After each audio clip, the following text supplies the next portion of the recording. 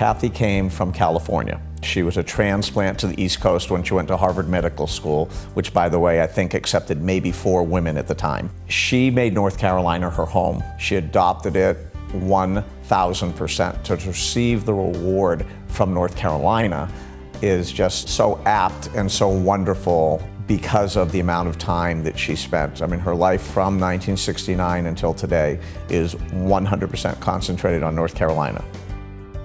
Kathy was, without question, and remains cognitively way ahead of her time.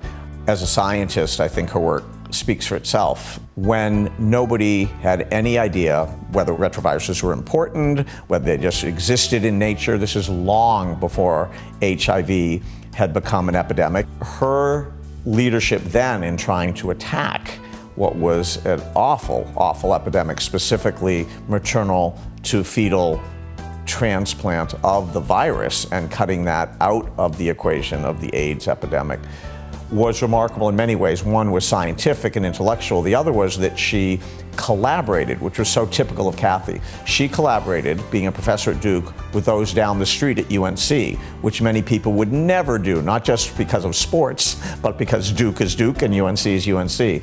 And Kathy developed that research and worked with a coalition that she created, and then, when it was shown to work so incredibly effectively, took it globally.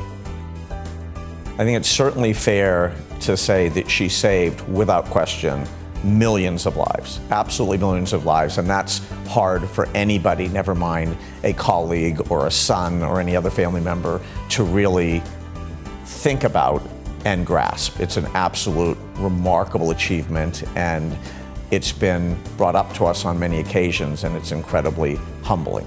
Kathy was overwhelmingly humbled and honored by receiving this award, and wished she were feeling better physically, such that she could be with everyone in person to tell them exactly that. But I can assure you, she is beyond thrilled and honored to receive the award.